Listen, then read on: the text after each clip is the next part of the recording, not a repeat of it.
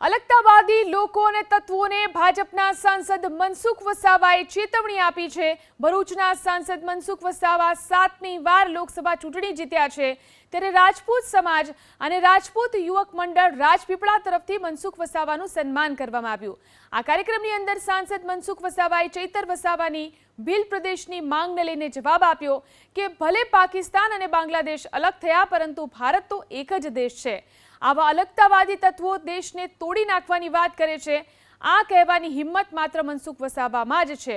આવા લોકોને સીધા દૂર કરી નાખીશ। આપણે દેશ આઝાદ થયા પછી શું એક થયો કે ના થયો? રાજા મહારાજા બલિદાન આપ્યું અખંડ ભારત માટે। આઝાદીના લડવાએ જે પણ બધા હતા મહાપુરુષોએ એ દેશને બધા ભેગા થઈને એક મજબૂત રાષ્ટ્ર બનાવ્યો।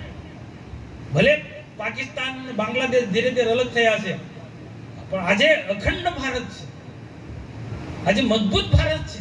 આવા અલગતાવાદી તત્વો દેશને પાછા તોડી ના નાખશે। અને આ કહેવાની હિંમત એક વ્યક્તિમાં હોવી જોઈએ।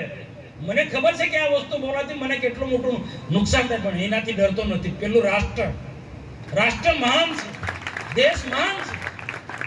સમાજના કેટલાક લોકો આનાથી ટીકા ટિપ્પણી તો કરશે, નહીં તો ભાઈ કેટલું ભાઈ સમજી ડામર ભિલિસ્તાનની માંગણી કરતા કરતા થાકી ગયા। બીજા કેટલાક ગુજરાતની અંદર અલગ ભિલિસ્તાનની માંગણી કરતા કરતા થાકી ગયા, અત્યારે હેઠા મૂક્યા અને તું ક્યાં નવો ઉભો થાય છે? ભાઈ અમે તો વાળીશું સીધો દોર કરી દઈશું આવા તત્વોને, કોઈ બી હશે।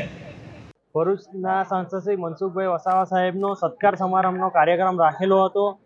આ કાર્યક્રમમાં રાજપીપળાની આજુબાજુના 12 જેટલા રાજપૂત સમાજના ગામો તથા રાજપીપળા શહેરમાં રહેતા 20 જેટલા અલગ અલગ સમાજના અગ્રણીઓ અને સમાજના લોકો દ્વારા મનસુખભાઈ વસાવા સાહેબનો સત્કાર સમારંભનો કાર્યક્રમ કરવામાં આવ્યો છે। આ જે સન્માન પછી ચોક્કસ મને વિશ્વાસ છે કે આવનારા દિવસોમાં પણ પ્રજાના કાર્યક્રમો કરવા માટે, પ્રજાના કામો કરવા માટે અને ભરૂચ જિલ્લા કે નર્મદા જિલ્લા એ પ્રજાજનો જે પ્રકારે અમરી પાસે અપેક્ષા રાખી છે એ મુજબ આવનારા દિવસોમાં અમે કામ કરવાનું બળ મળશે એ મને ચોક્કસ વિશ્વાસ છે।